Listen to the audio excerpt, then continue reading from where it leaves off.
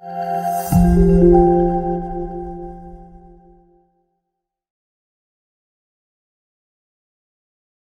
is going on, YouTube? Welcome back to a brand new Binkz and Doodle effect. I am one of your hosts, Binkz, and to my right, as always, every single week, DrewskiDoodle.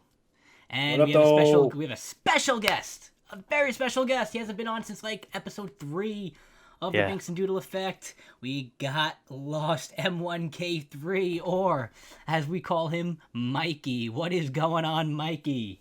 It's a pleasure to be here, Binkz. Thanks for having me on. Very, very honored to be on the podcast. Thank you. It's a pleasure to have you, man. It's a pleasure to have you. Oh. It's been so long.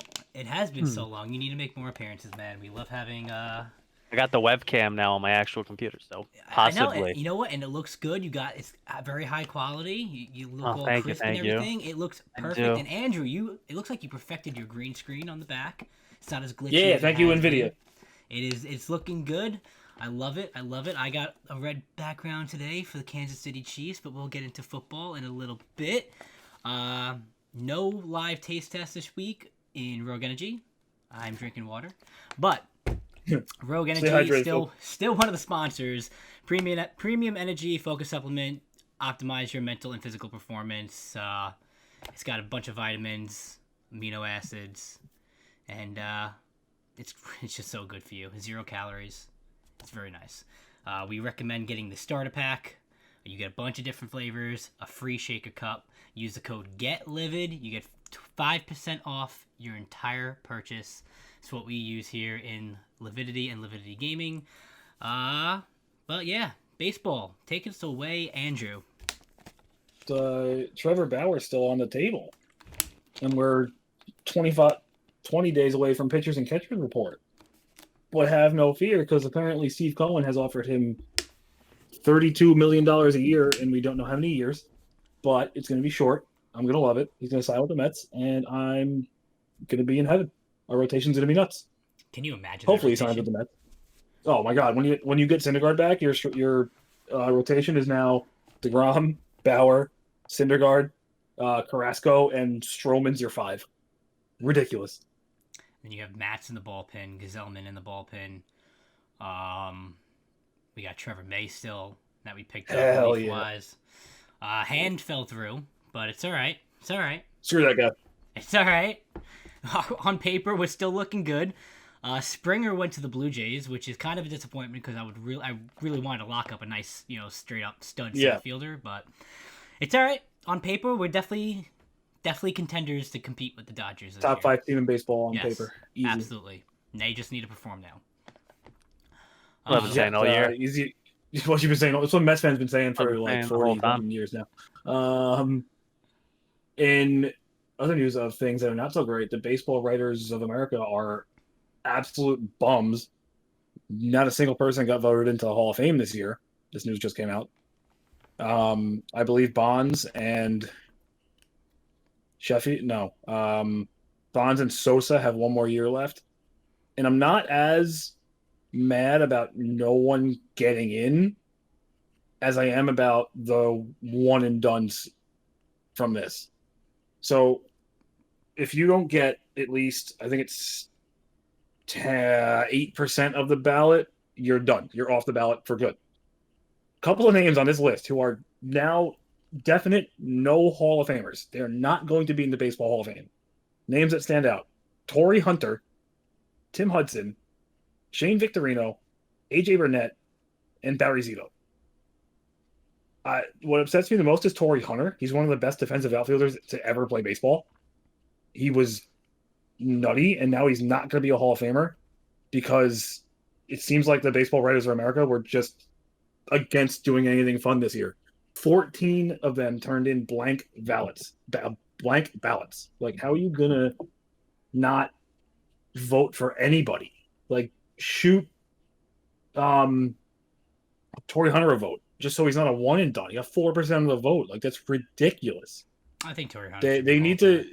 Yeah, his defense was cracked, and he was a damn good hitter too. They need to redo the way you get into the Baseball Hall of Fame. It should not be by the Baseball Writers of America. Just if it's going to be that, just make it a goddamn fan vote because it's honestly it's a joke right now. So let's just make it a literal joke. Well, if it's a fan vote, let me play just devil's advocate real quick. I mean, you're gonna have so many people then being like nominated and so on and so forth. Hall of Fame is an accomplishment, like pristine career. And out of the list you just, kind of set off, really the only one who stands out to me that deserves it would be Torrey Hunter. I don't think anyone else really should have been, on the list you just wrote off. So, like, I could agree with the baseball writers there. But, like, Torrey Hunter, I think, out of the list you just said, is the only Hall of Famer in that list, in the group. But that's just my personal, personal opinion. But it is what it is. I personally think Barry Pete Rose Bonds isn't in the Hall of Fame. It's a joke. What? It's what it's Pete Rose isn't in the Hall of Fame, so it's a joke. That's where it is. back Yeah, no, he should be. And you said Barry Bonds has another year, and Barry Bonds should be in the Hall of Fame, and Barry Bonds isn't going to be nominated or put in either. No. But going off of Barry Bonds, we did lose a phenomenal home run king. In some people's opinion, the true home run king, because Barry Bonds did it, cheating. But we did, the baseball world lost Hank Aaron. And thoughts and prayers go out to, his family and everyone who enjoyed watching Hank Aaron play the game. I was actually speaking to my dad. I didn't actually know during the time when he was getting close to beating the record for home runs that he was getting death threats. Oh, yeah. I had no idea that was happening, that he was getting death threats for, beating the home run record, and it just blows my mind. And he crushed the record. I mean, good, good for him. One of the best players to probably ever play the game. And like I said, thoughts and prayers go out to him and his family, and we mourn for him. Great player. Dude treated that baseball like a punching bag, and he did it well. Absolutely. Going over to the NHL, Mr. Andrew, we got a Columbus trade that you feel strongly about. Let's go, Isles. Yeah. Shut up, Mikey. Columbus fleeced Winnipeg. Like, how we felt about the Lindor trade for the Mets is how Columbus fans are feeling right now. You have Pierre-Luc Dubois, center for the Blue Jackets. He's one of the best centers in the league. He wants out. I've never seen a team with a player that wants out of the organization win the trade to get him out. They traded Pierre-Luc Dubois, and I think there's a third-round draft pick for some dude I've never heard of on Winnipeg, and Patrick Laine. Patrick Laine is one of the best pure shooters in hockey. He had a down year last year, but it was a scuffed season because of COVID. So you really can't count any of it. It blows my mind that the city of Winnipeg is not up in flames. Because obviously they only have hockey to care about. So why is it not up in flames? The Columbus Blue Jackets, their owner, manager, whoever, needs to be praised for this trade. I am upset that this guy is in the East now and we get to deal with him. Not this season, but in future seasons. I am so mad at that stupid team. And it should never be forgiven. I personally think, I could be wrong. Again, Pierre-Luc Dubois is a very good hockey player. But he's not Patrick Laine, and I think this might be one of the dumbest trades I've heard in the last couple of years. Okay. Agreed. Yeah, listen, I don't know hockey like you do. I'm love the New York Rangers, but I do not follow it, player wise at all consistently like I do for baseball or football. So it's Patrick Laine puts biscuits in the oven like he's Panera Bread. Like it's his day job. Thank you. That's good. Quickly touching the NBA, something we don't usually do at all on this podcast. No offense to all NBA fans, but do we look like we watch the NBA? We don't know it that well. Yeah, we don't watch the NBA at all. Kobe Bryant, 1 year. R.I.P. you don't have to be a basketball fan to know who Kobe Bryant is. Like, that man was everywhere. So, R.I.P. to him 1 year ago. All those years in school shooting crumbled up paper into the garbage, yelling Kobe. You still say it. You don't Still let that do it. die. You don't let that. Don't let that die. Kobe lives on forever in that. It's not like you're shooting a crumpled piece of paper and saying LeBron or Jordan. No. You're throwing a grenade in Call of Duty. Always going Kobe. Always Kobe. Moving to UFC. If you guys watch the pay-per-view, McGregor lost to Daniel lights knocked Poirier. out. I was surprised, honestly. I think most people were. I mean, McGregor had a great first round. I don't know if you guys were actually watched the fight. He had a good first round, and like he definitely won round one. Like, he was just chilling after the bell rang, and he looked like he was fine. And he took one punch, and it looked like it was just over in that succession. And my man went down, and I lost a lot of money. And I banged on a few things in frustration, but listen, gotta give Daniel Poirier a lot of credit. He came in there and he did the unthinkable. He proved a lot of people wrong, and good for him. So congratulations on beating McGregor. Very excited for the next time McGregor actually fights. I think they need to do a third fight. Well, they need a rubber match. That's why McGregor lost on purpose. Hot take. Ooh, hot take. Lost on purpose to get a rubber match to get even more money. And I listen, I have to say, there's a reason that I love Conor McGregor. I normally hate cocky people, which is why I normally just don't watch boxing and UFC and stuff, because they all seem to be super cocky. But when McGregor loses, he is the most humble person on the planet. And I love that about him. Love it. Really shows everything before the fight is just, pad his bank account. Mm-hmm. I love it. I love the guy. He's a good man. I can't wait to see him in the WWE in like 5 years. Game respects game. Game respect game. That's his motto. I love it. Besides, I'm the fucking best. He's got good whiskey. I have to try his whiskey, actually. It is definitely appealing. I need to try it. Conor McGregor, if you're watching this, please send us a bottle of whiskey so we can try it on the podcast. We would appreciate it. New taste test. DM the BD Effect on Twitter. or DM one of us, me or Andrew. Our Twitters are down below, as always. You can give us a shout out. Have your people call our people. Yeah, have your people call our people. We'll do a nice live taste test of your whiskey on camera. But going to the bread and butter of usually the podcast, which we're not going to really have for that much longer. We only have one more game. The NFL. We'll be able to come on here. I can't talk about it. I mean, I can talk about hockey for an hour if you want me to. Yeah, we may have. We may not have many guests left, Andrew. I know our friends are very one-sided people. I know, and they call themselves sport fans. But I call myself a football fan.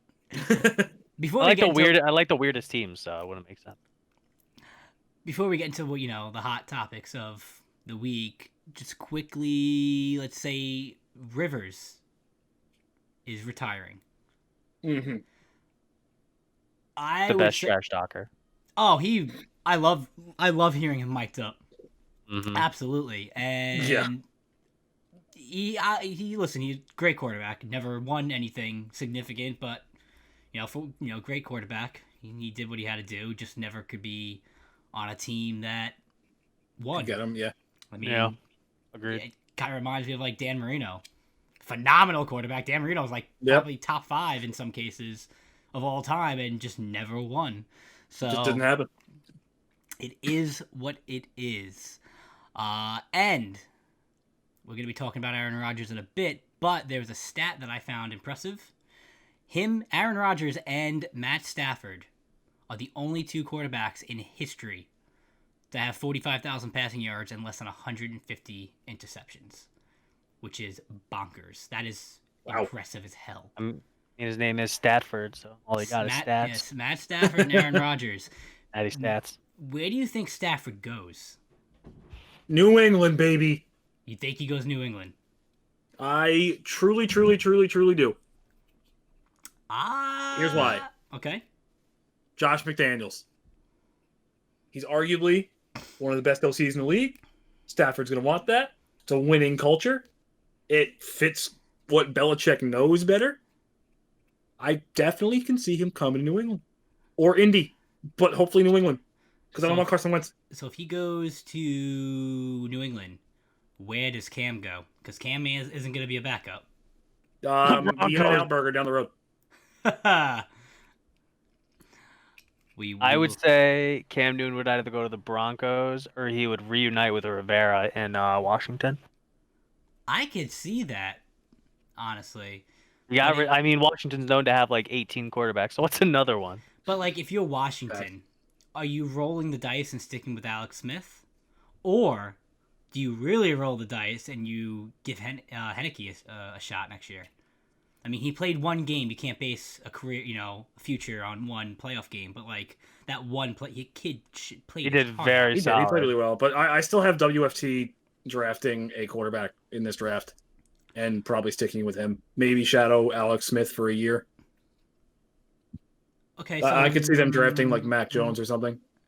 So I'm glad you said Mac Jones, because I'm going to say in previous, I think it was maybe last week or 2 weeks ago, Andrew, you said you wanted the Patriots to draft Jones. If they could. did until Matt Stafford became available. Would you rather Stafford or Jones? Stafford. Okay. That's an easy pick. Yeah. I would agree. I'd rather a already established quarterback that you know what you're going to get instead of someone coming out of college. Matt Stafford is like the most underrated quarterback in football. Like he's so good. And he just had a bad coaching staff. He's just on the Lions. So I would love to have him. If the Patriots get Stafford, you guys need receivers. Like, holy hell, you need receivers. And that is what you attack in the draft. That's what you attack in the free agency, man. You need receivers if you grab Stafford. Yeah. There's like no Patriot player that really like stands out to me. Like, there's no wide receiver. Like, like Gilmore, I guess, would be like one of the better players you have. Like, there's no standout running backs to me. There's no standout wide receiver. Well, the thing is, the Patriots have like Sony Michel. I think is an all-star caliber running back. It's just the Patriots formula doesn't support it. It doesn't work. The way they run it. Doesn't Sony get hurt a lot though? He has, yeah. And then you have Rex Burkhead, who's the best running back to ever play football. I'm with that. We don't use him. I'm with that. I think he's the greatest running back in the AFC East. I love my short running back forever. Maybe in the conference. Him, Devin Singletary. Don't at me. But yeah, no. My hope for the offseason is that the Patriots trade for Matt Stafford and then find a wide receiver. They're not going to have the trade bait to go, or they're not going to. I don't know, like with A-Rob possibly on the move. Just the wide receiver. It's not easy to get a wide receiver right now. Well, there's a lot. Well, actually, fun fact. There's a lot of wide receivers in free agency this year. Let me read you off a couple. If you don't mind, let me pull this bad boy up. I was looking at it today, actually, at work. Where'd it go? Depends on like how quickly if and when the Patriots get Matt Stafford, because no wide receiver is going to want to come to New England before they know who the new quarterback is. Trying to find it. And if it's Cam Newton again, they're not going to want to come here in general. If it's Carson Wentz, probably not either. I wouldn't. Wentz is going to be Wentz is going to be irrelevant in the league in the next 2 years, 3 years. I couldn't agree more. He's not going to be. He's nothing. So I'll just say my ideal offseason would be the Patriots ending up with Stafford and A-Rob. That would be my ideal offseason, and I would just be floored. Is it going to happen? No. So I'm hoping that the Jets go after Allen Robinson. I would love the Jets to snag Allen Robinson, and I would give up the second-round pick. I would give up both first-round picks and a second-round future pick for Deshaun Watson as well. I would. Oh yeah, Watson. Meet Houston's demands. Get Deshaun Watson. Sign Allen Robinson. Now you have a straight up number one receiver. You still have Crowder in the slot. Yeah. Listen, I personally think we have a good running back that we just didn't want to use. Thank you, Adam Gase. I'm so happy you're fired. Yeah. Because Frank Gore clearly was the move when you have a kid out of college in Pirine from a Gator. I think he's good. I give the kid a shot. Listen, grab Allen Robinson. grab Watson, maybe then draft O-line, try to build that up a little bit more, beef it up. And Jets could potentially make, like, instead of being like a 3-win team, we could be like a 6. Well, here are the 7-win top. team. Here are the top 6 wide receivers that are actually in free agency this year that I found this ranking on through Bleacher Report. We have Corey Davis, Will Fuller, Kenny Galladay, Chris Godwin, Antonio Brown, Allen Robinson, and he's a little bit farther down, but my boy Marvin Jones Jr. Yeah, So those are some potential. Those are the people who are hitting free agency this year. Yeah, I have a list of them up. The issue is I see most of them re-signing with their current team. Mm-hmm. Like, except for A-Rob. A-Rob's not. He's gone. Yeah, A-Rob said he was clearly done. Apparently Godwin's a free agent. He's not going anywhere. He's going to be a buck, yeah. He's not going anywhere. Yeah, he ain't going anywhere. Juju's going to stay where he is. Galladay I could see leaving, but God knows nobody wants him. I wouldn't even want Juju Smith-Schuster. Neither would I. He's a toxic motherfucker. But Galladay gets hurt too much. AJ Green's he's not going to be a Bengal next year. But that's an injury risk. He's 33. Yeah. T.Y. Hilton I would take. I know he's old, but I like T.Y. Hilton. T.Y. Hilton's also, he's like 30. He's going to be 32 soon. Yeah. I love so, how like, we say out of all these, we're all approaching I know. age. Shut up, Steve. Valid it's point. approaching. That's still 6 years away from me. Stop it. So, like, Sammy Watkins, I could see going somewhere. Definitely. And he'd be a solid pickup for, like, a wide receiver, too. But I do see a lot of these people re-signing. Listen, as we get closer to the off-season, we will find out. Can't wait to do the first podcast after the draft, and you'll see me disappointed in the Jets before the season even starts. Because in some way or form, we will mess this up. So it is the Jet way. If there's a will, there's a way. Going to the championship games, we'll start with the Chiefs. Patrick Mahomes is the first quarterback in NFL history to start 3 championship games before the age of 26. So, props to that man. Unbelievable. Some may argue that this should be his 3rd Super Bowl in a row, but it is what it is. And listen, the Chiefs showed what they are made of against the Bills. Like, wow. The Bills did not look good in the championship game. Let me tell you. No, they didn't at all. They couldn't get the run game going. That's been the Bills' biggest problem. The run game is mediocre at best. I mean, Josh Allen is their run game. Yeah, Devin Singletary only had 26 total yards. And then Zach Moss, like, they got to pick one. Zach Moss or Devin Singletary. You got to get at least, like, you can't just keep splitting the workload 50-50. It only works for the Browns. You can't keep splitting the workload 50-50. And it used to work for the Niners. And it used to work for the Niners. But not everyone can have an O-line that just, like, paves the way for your running backs. Mm-hmm. Yeah. But turn nobody into somebody over there. This is a very good learning experience for Buffalo. They're going to be obviously super dangerous for a very long time.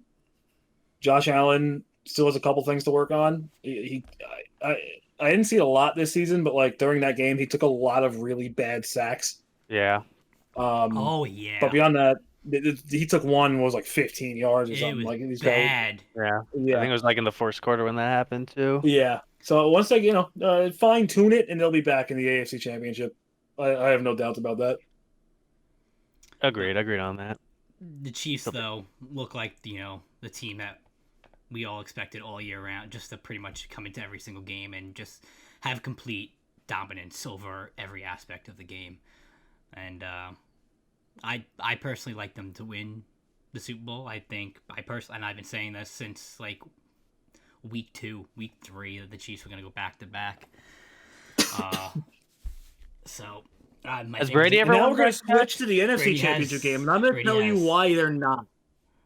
So we have the Bucs and the Packers. Go on, Andrew. I know you're very excited to talk about this. TB12 going to number 10.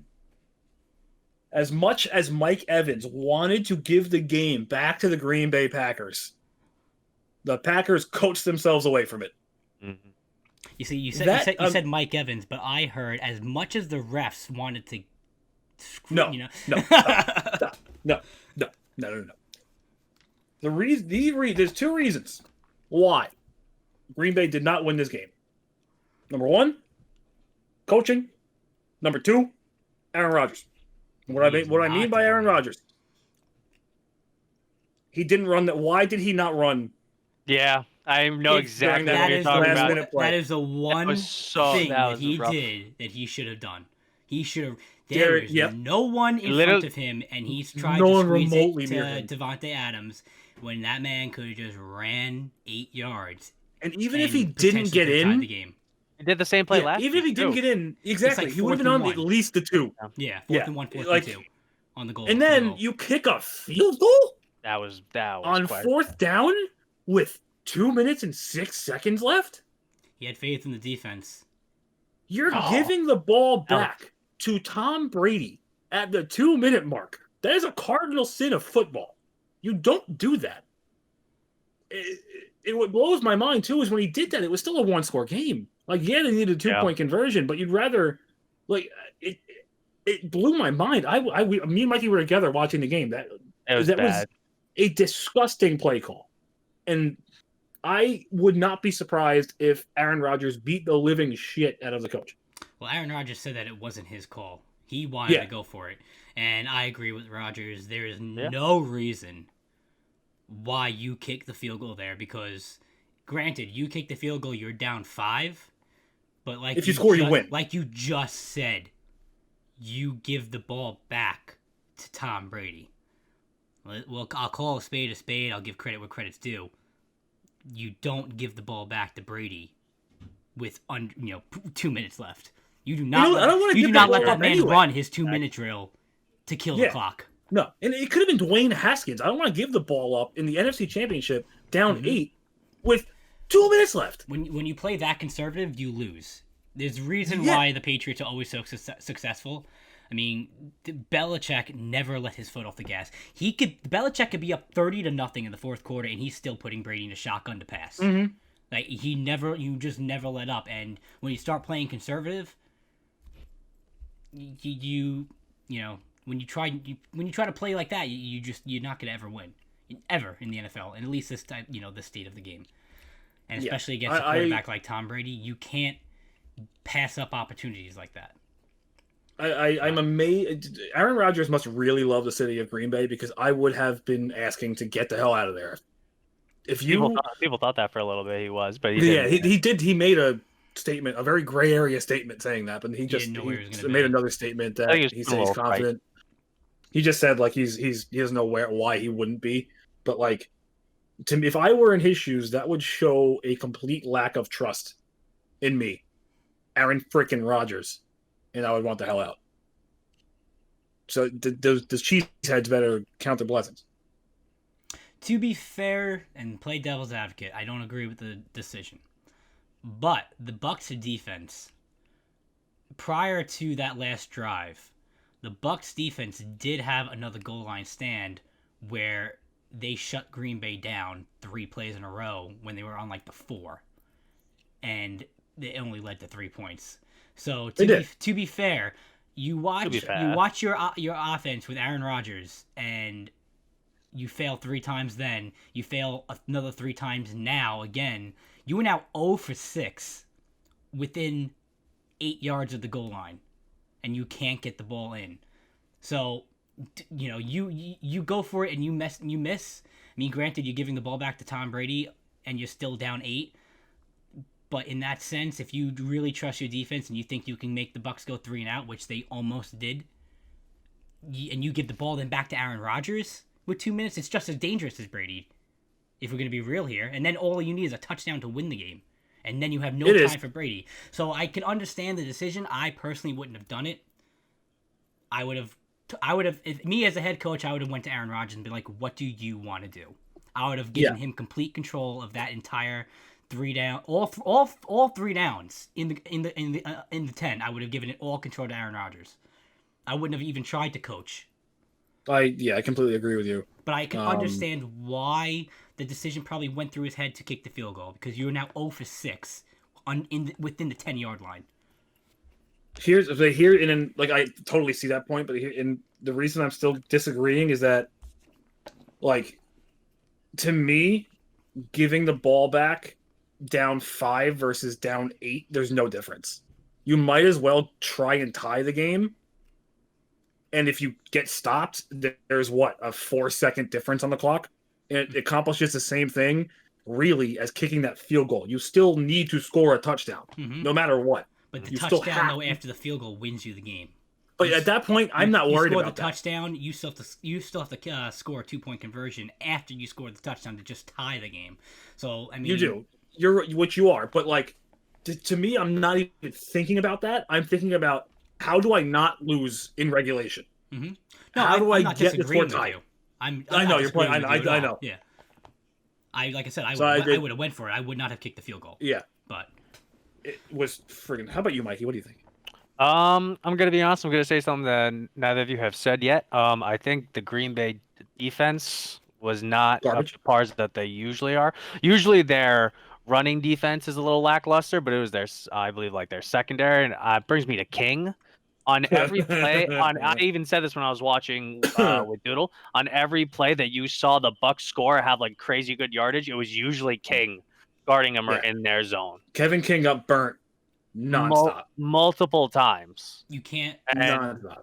And not in a championship game. You have to, at that point, I think you take him out or something. But he got burnt like 4 times. There was the Mike. I think he was on the Mike Evans touchdown. The Mike Evans he was on the Scotty Miller touchdown. Yep, Scotty Miller. He was also there for the Fournette one too. He was also there for the Fournette one. But that one goes fully to Fournette. Fournette was nutty. Move that I love. I'm a big Ronald Jones lover. I love Ronald Jones. But that spin move by Leonard Fournette, they'd had me dive on my couch. I thought he got me with that one. He did. That was crazy. He 100% deserved that score.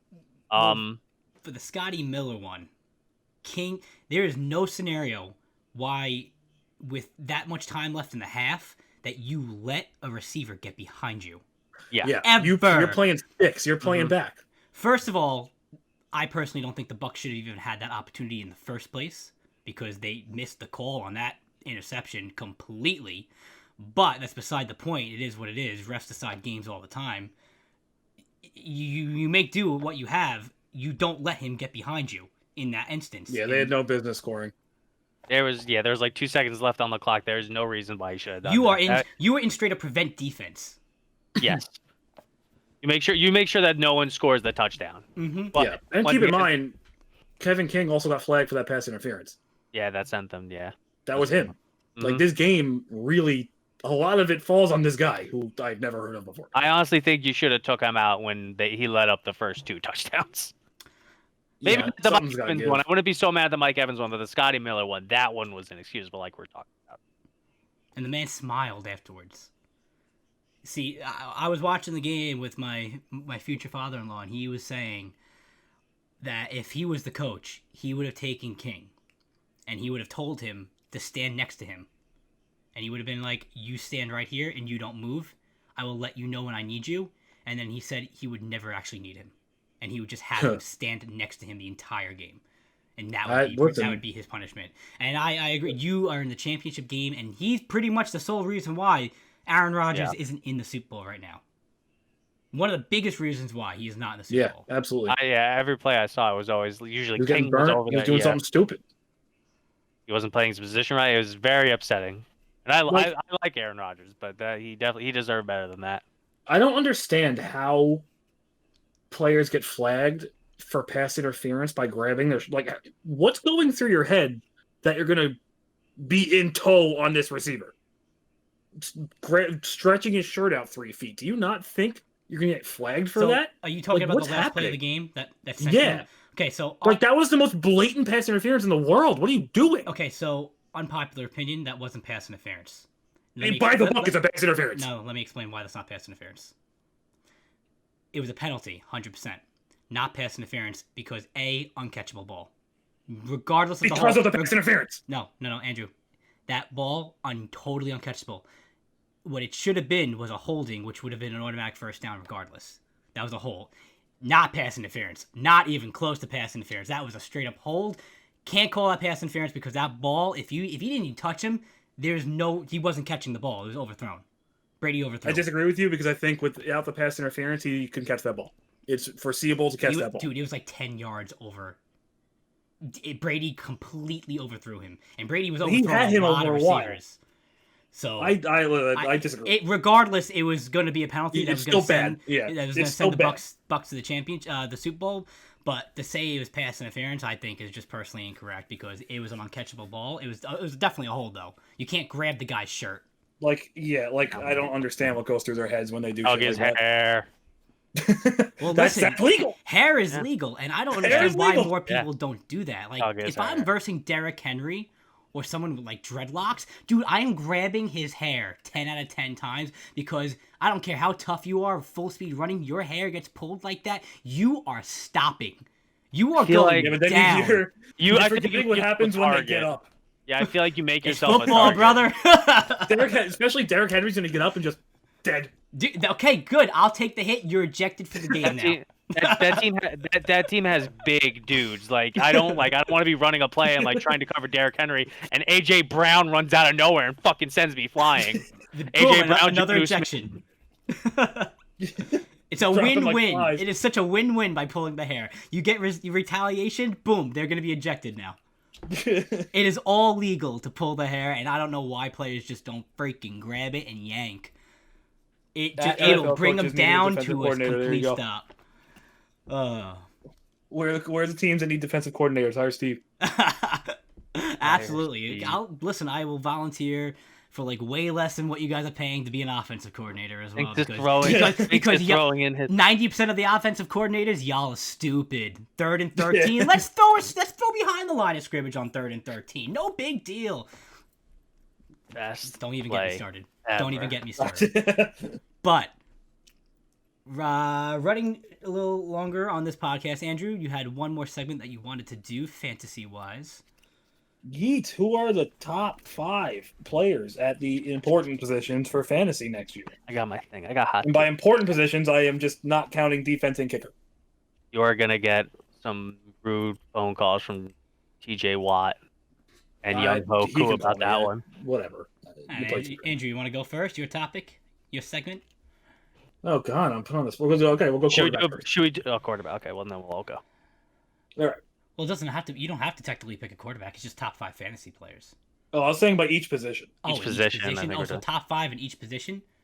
Yeah. Oh, I did my So- homework. I did my homework way wrong. Only quarterbacks. I'm gonna go last then. That's fair enough. Okay. Oh, fantasy So quarterbacks. I got a list. Quarterbacks. Number 5. The return of Dak Prescott. If he's healthy, Okay. he's killing. He knows that he was number 3 before he got hurt, right? Yeah. Um, The only reason why I'm not fully chuckling with Steve, though, my only question on that one is I want to know how he does with his injury. that's assuming he's healthy. Yeah. Okay. This is assuming he's healthy. Nah, fantasy-wise, the man puts up a lot of numbers. So Exactly. Number 4, Deshaun Watson. Number 3, and Steve's probably gonna laugh again. I see a bigger year from Lamar Jackson. He finished the year strong, aside from the playoffs. Finished the year very strong. Number 2, Josh Allen. Number 1, Patrick Mahomes. I think the top 2 are going to be the same for everybody. Yeah, that's right. That was gonna be my top 2. So whoever would like to go next, go for it. Mikey, If definitely you- Mikey. All right. So I guess I'll go from number 5. I have a list. I had an idea. Homework. So I'm gonna say number 5 this is a hot take. Justin Herbert. I like that actually. I respect the hell out of it. I like that a lot. They're getting a I new do head. respect the hell out of You're it. getting a new head coach, and as last season proved, when you get a new head coach, you pop off the first couple weeks. So I'm hoping that this effect takes over the whole season. You have a whole off season to work out the kinks and everything. I'm with it. You have a healthy Austin Eckler for the beginning of the season too, Keenan Allen. and Keenan Allen, Mike He's just Williams nasty. Mike Williams if he can get back into it. Hunter Henry if he resigns, I think he's a free agent. Yeah, I think he has a lot of opportunity to do well there. If the defense stays how it is right now, where they're not the greatest, it'll force Herbert to throw more. Which is we're assuming is going to happen. Yeah, I don't think they're going to make any moves on that. Number 4, I'm going to say Deshaun Watson. That's before knowing where he's gonna go. Even if he stays with Houston, I think he's still number 4. Yep, definitely team Um, dependent. yeah, I'm also then gonna go probably. See, now I'm torn between either. Yeah, no, I'm gonna keep Lamar Jackson just for like the capability of him being able to run in the ball, and if they upgrade his weapons at wide receiver, I think he'll be a lot better than Josh Allen and Patty Mahomes. And then, yeah, okay.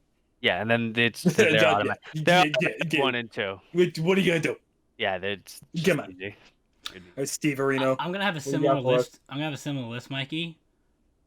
I'm thinking about it,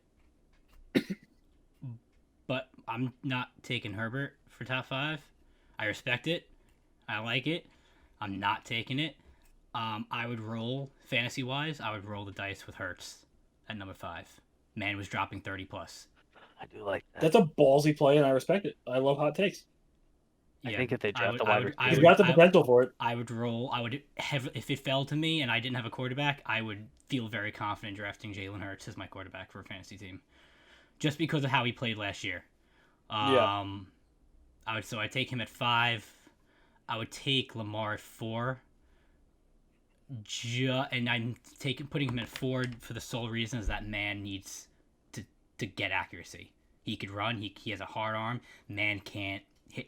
Man wouldn't hit the side of a barn.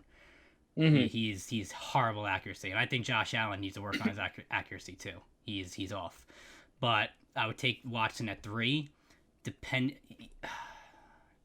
If Watson's a Jet, I don't know if I want him. But overall, I feel like he would still put up numbers. He's someone good to have, and then obviously Josh Allen and Mahomes. Yeah, for I think that's 2 and 1. But that would be my top 5. But I would roll the dice with Hurts. When I'm really trying to think about it, I would roll the dice. I would feel very confident. I know. I definitely respect the absolute hell out of that pick. All right, I guess it's a hot position, running back. I feel like none of us are gonna have the same number 1. Honestly, I highly doubt it. I really highly doubt it. This is tough. All right. So my number 5 for next year, Jonathan Taylor. I'm a big Jonathan Taylor fan. I love everything I have seen out of him. Number 4 is going to be Alvin Kamara. Losing Drew Brees is going to suck for him. No way around it, really. Yeah. So this is a little hot take, just because of what I saw from the end of last year. Number 3, Miles Sanders. I think if Philly keeps that run game strong, Miles Sanders is a damn good running back. That one's burning my hand. I know. We're going to see what happens next year. Number 2, Derrick Henry. And number 1, guess, Mike. Is it Christian McCaffrey? Come on. Is it Dalvin Cook? It's Dalvin Cook. Wow. I think that's crazy. I'm sorry. So CMC doesn't even make your top 5. I am afraid of lingering injury. I truly am. Right now, I personally think he's not going to play every game next year. I don't know about that one. You give him so much money. Yeah, it doesn't stop him. I'm talking about him getting hurt. Yeah, I guess. Like, I don't know. I'm scared of the lingering injury. If he's healthy all year, then he's number 1. Top slot. Knock Jonathan Taylor down to 6. But I just don't. I don't know. I'm wary of it. All right, Mike. Notice how Saquon's not even top 5. No, I can't. Neither is he. No, neither is that. No, I agree with both those statements you just made out loud. I agree with both those. Okay, I think this is difficult. I think at number 5, I'm gonna take Alvin Kamara, and it's the Drew Brees effect. That's what really scares me. Because we saw such a huge. I don't know if I guess they might have been holding him for playoffs. But like when Drew Brees was not in the game and Taysom Hill was, you saw his production drastically fall. Mm-hmm. Like he turned from like a top 3 running back to like 15 or something like that. Like pretty harshly down. So who did I say that was? I said Alvin Kamara at 5. Yep. I'm gonna take and then next is probably my favorite player in the league, Nicholas Chubb. Oh, Nicholas Chubb, I love that man. Even with the split work in Cleveland, he's so good. And that injury kept him out for like a remainder of the year, but he was still like a top option for running backs. Yeah. Even with him being out. They just use the run game so much there. Number 3, I'm gonna go Derrick Henry. Chugga chugga, you can't stop the train. Chugga chugga indeed. So much feeding the ball. Name another running back for the Titans. Exactly. Number 2, Dalvin Cook. Household name. Crazy. And then I'm still like, if I had the number 1 pick, I'm still taking CMC. Like I understand the fear of injury, but the games he was playing, my man was dropping 28 plus. So and you know what? I want to make something clear about that pick though. It's not so much of a dramatic drop off of CMC. It's just how great the other guys are going to be. Like I don't see his end of season point totals being that drastically different than say Dalvin Cook.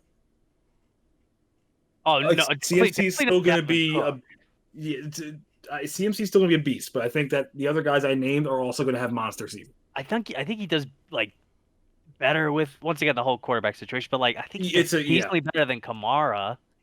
Like, well, we'll see. Well, like a lot of people, like someone in 2 of my leagues got Kamara at 9, which baffles me, and then steamrolled most of the season. But it's like this year's a little bit more. I'm hesitant with it. Yeah, I understand. And that is my report. What you got for us, Steve? Number 5, Alvin Kamara. Drew Brees effect. Don't know how he's going to be without him. Number 4, I'm going with Chubb. Chubby. 3, I go Derrick Henry. 2, Dalvin Cook. And 1, I will not pass on Christian McCaffrey. Similar list. Smart man. Best fantasy running back, in my opinion. But that would be my top 5. All right. Going to wide receiver. Wide receiver is tough because like it can vary so much. So at number 5, I'm gonna put A-Rob, team dependent. Definitely team dependent. At number 4, I'm gonna throw in Mike Evans. Tom Brady clearly likes Mike Evans more than Chris Godwin. Big red zone threat. He's just so big. Yeah. And then, so here we go, boys. Number 3, Devonta Smith. I think this rookie finishes top 5 wide receiver. Again, team dependent, but there is a good chance of him possibly being lined up with an excellent quarterback. Hot take. So that it's a hot take, but I think I'm going to cash in on it. I hope it pays off. There's going to be one big snub in this list, and I'm probably going to get yelled at. Number 2, Stephon Diggs. And number 1, Devontae Adams. Oh! Wait, I'm rewatching. I'm rereading the. Sir, you missed the best receiver in the league. But I'm gonna let Mikey go. I know who the best receiver in the league is. D-Hop. It's the team that's holding him back. Yeah. But D-Hop. I'm losing my. I'm not big. I don't know. Kyler Murray's. I don't know. A man's catch radius is the field. Wasn't even. I'm aware about D-Hop, but all right. I know you're talking about Tyreek Hill. Yeah. No. Oh, that too. He's not even the best pass catcher on the team, sir. All right. He's not. Go ahead, Mikey. But the fact he can do this and then appear 53 points in your lineup, you're like, oh, okay. Mikey, you can go on with your list, Mikey. All right. I'm gonna start off at number 5. Okay. Calculating. I thought you did your homework, guy. I thought I did too, but like you said, wide receivers are so tough because it's tough. Fucking many of them. Sorry for cursing. Pardon my French. I'm gonna go in with a hot take at number 5. I'm gonna give my boy Justin Jefferson, JJ. I think he's gonna do very well this season. It took him like the first couple games to pop off. He's getting like all the touches that Stephon Diggs would have got, I think, and some. And also, as long as Kirk Cousins doesn't Kirk Cousins, he'll be great. Yeah, that's why he's at number 5. And also Adam Thielen's like he's getting older, like he's in his 30s. Oh damn! You can't. I mean, no, I know you're right. I'm not saying he's not a great great player. Just saying he's getting a little bit old. I'm with it. At number 4, I think I'm gonna give it to D-Hop. Yeah, I'm pretty confident with DeAndre Hopkins there. I understand the quarterback play, but that was their first season together. And hopefully this season they can kick it up. Also, they had Fitzgerald too, so he took some of the targets from D-Hop. The Cardinals just pissed me off. The Cardinals are very confusing. The fact that you have when a team has a quarterback that can run the ball, it just hurts the wide receivers, I feel like, or makes them better because then they're not covering them as much. At number 3, I'm gonna do Stephon Diggs. Once again, first year in a new team, Stephon Diggs and Josh Allen are in love with each other, and I think that beautiful relationship is only going to grow from there. They play Warzone with each other. It's true love. They do. I'm trying to figure out who I want. I think. Yeah, I'm just going to be a sheep. I'm going to say Tyreek Hill once again for the ability just to snap his fingers and then, oh look, 53 points. You also have the best quarterback in the league throwing to you. And also, Patty Mahomes is young, so he's in the game for a while. The Cheetah's in the game for a while, and if they keep winning chips, you're not leading that team. At least not the main pieces are leading that team, like him, Travis Kelce, Patty Mahomes. No, running backs you could switch out like rims for a car. Then number 1, Devontae Adams, unquestionable. The man's just on fire. I'm just afraid of the way every other year Rodgers decides to do well, whether it's an injury, whether it's coaching, whether it's just not well. It's just I'm afraid. I don't want it to happen. I don't think it's gonna happen, but that he's still my number 1 for that. I'm just scared, and that would be it. Steve Areno. Okay, so I'm gonna have 2 players that you guys didn't even say. Oh boy. I'm excited. Number 5, I go with Calvin Ridley. I was just thinking of him. Okay. Number 4, I'm going with AJ Brown. I like that pick. Number 3, you'd be my honorable mention. Number 3, I feel like I'm obligated to take D-Hop. You just unbelievable talent, right? You gotta take D-Hop if he's presented to you. Catch ratings. Number 2, I am taking Devontae Adams. And number 2? And number 2. And number 1, I'm going to go with Tyreek Hill. I think if you're giving me Devontae Adams or Tyreek Hill, I'm going to go with Tyreek Hill.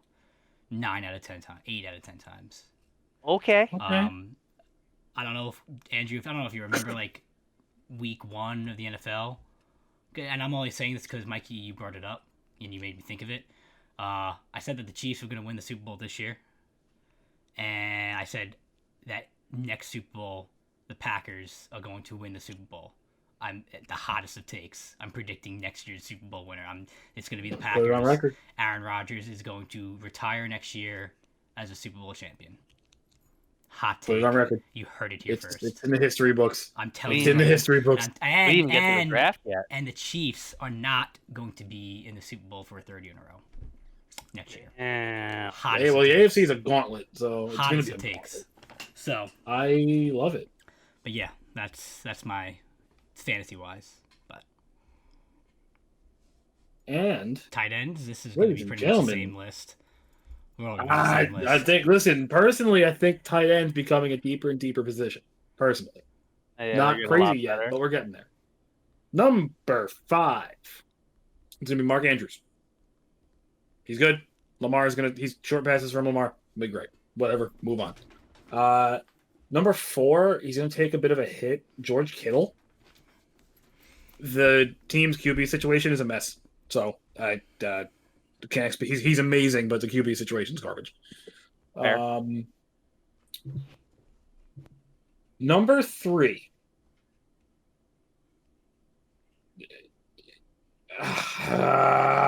Number 3, I'm going to put Evan Engram. He is really good. He just doesn't show it sometimes. He ended up this year as number 6, I think. And I think he will break the top 5. Number 2, Mr. Darren Waller. He's nasty. He's nasty. I think that so like and then number 1 is Travis Kelce. I think Darren Waller. I think Darren Waller is a better football player than Travis Kelce, but Travis Kelce has Mahomes throwing to him, which is the difference maker there. He doesn't have Vic Vinegar throwing to him. I think if you switch Kelce with Waller, I think Waller puts up the same amount of points, if not better. Yeah, if you put Waller on the Chiefs, I think he puts up more points than Kelce. Waller's a beast. I'm not saying Kelce could I think Kelce could do well on any team, but I think if you put Darren Waller where Kelce is right now, I think. Yeah, I agree with you. That was all 5. Oh, well then it's up to me. So tough. All right, at number 5. I think I'm gonna do this. I'm gonna do Mark Andrews at number 5. Mark Andrews is number 5. Big red zone target. If Lamar can work on his accuracy, I think he'll definitely move up on that list. At number 4, I'm gonna take. This is gonna be a hot take. I'm gonna take Logan Thomas. I thought I was gonna be the only one who was gonna take him. Man was like that. I red hot at the end of the season with Alex Smith. I think this was was this his first year in the league or? I have no idea. I don't know if he's a rookie, but he was gonna be on my list. Yeah, look, I think he did red hot at the end of the season, and I think that was whether they had Alex Smith in or they had Heineke in. I think he just makes the overall team better. Yeah, I think he's just a great athlete overall. At number 3, I'm gonna do George Kittle. Still a great tight end, but if they figure out I think if they keep Garoppolo, I think Kittle's still pretty solid because he's the only real target on that team. Besides Debo and Ayuk. Yeah. Darren Waller number 2 and Kelce at number 1. But I think same. Just for the information, this was Logan Thomas's 7th year in the league. Oh shit! Not a rookie. It's the first year I've ever heard of him, but he did. I don't know what it was, but he did. No, he put up more yards this year than the rest of his year combined. Yeah, yes, his career combined. I'm going with number 5, Logan Thomas. 4, I would go Waller. 3, I don't like Mark Andrews. The hottest of take. I don't like him. That is a hot take. But I took him. Yeah. If he's presented to me tight end wise, I feel like I would be obligated to have to take him.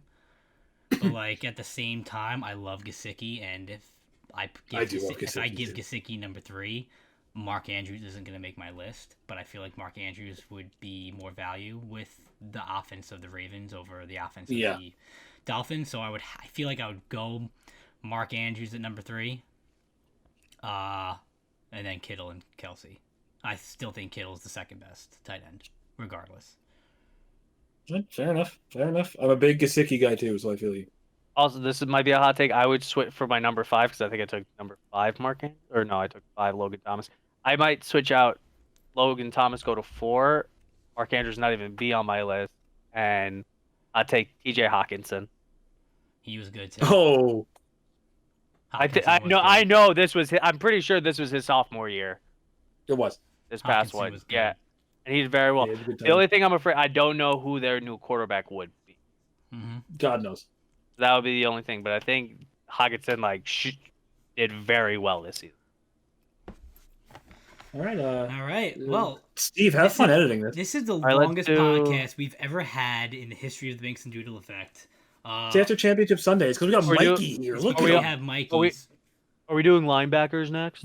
I couldn't name 4 of them. We're gonna end it with this. Who is going to win the Super Bowl? The Bucs. Well, you love Tom Brady, so I know you say that. I'm almost there with you. I don't know who I want to win. I will never, ever bet against playoff mode Tom Brady. I won't do it. That's fair. There has never been, and I don't think there's ever been in the history of football that a team has ever had home field advantage. That is true. This is that is crazy. I don't know what their record was like home versus away games, but like it's championship Tom Brady. He's not going against Eli Manning, so he's gonna. Pretty sure he's got going this. No one's catching. That's like 50 times the talent of Eli Manning. Yeah, but no one's catching footballs with their helmets. Also, I feel like if Tom Brady wins the Super Bowl, I'm pretty confident Tom Brady can look at any team, pick a team out of a hat and be like, yeah, we're going to win the Super Bowl, and then just go and win a championship. I respectfully disagree, because if you put Tom Brady on the Jets don't win a Super Bowl. The Jets are a black hole, okay? I don't know, man. The Jets are not a Super Bowl team with Brady. But if the Chiefs win, this is a dynasty. This is the next Patriots. And like that's it. Like they win every other. They're going to be in like 8 out of the 10 Super Bowls coming up. I think the Chiefs are going to win the Super Bowl. I've been saying this all season. I don't care who they're playing. I don't care who they're playing. I think the Chiefs win the Super Bowl back-to-back years. Yeah, if you give Andy Reid a bye week, I think he can beat that team. So, listen, Patrick Mahomes, if you're listening to this, for the love of God, please do not give Brady a 7th ring. For my sanity, for my well-being, for the love of God, win the Super Bowl in 2 weeks. Please. I've never asked for anything more. Do not give that man a 7th ring. Please. Patrick Mahomes, you're going to lose, and there's nothing you can do about it. But we do get a week in between. We have a week off. We do. We have a week off of talking football. So next week's definitely going to be a significantly shorter episode. I promise you that. So we're making up for it this week. Next week we're doing individual defensive players. Stop it, Mikey. Leave a like if you're watching on YouTube. Hit the subscribe button. Turn on those notifications. We upload every Wednesday at 3 p.m. If you are listening to wherever you listen to podcasts, give us a 5-star review. We will give you a great old shout out. 5-star review. Only if we see it. So if we don't see it, we're sorry. Comment down below your top 5 of each position. We'd love to hear it. And until next week, guys. Doses. Peace out.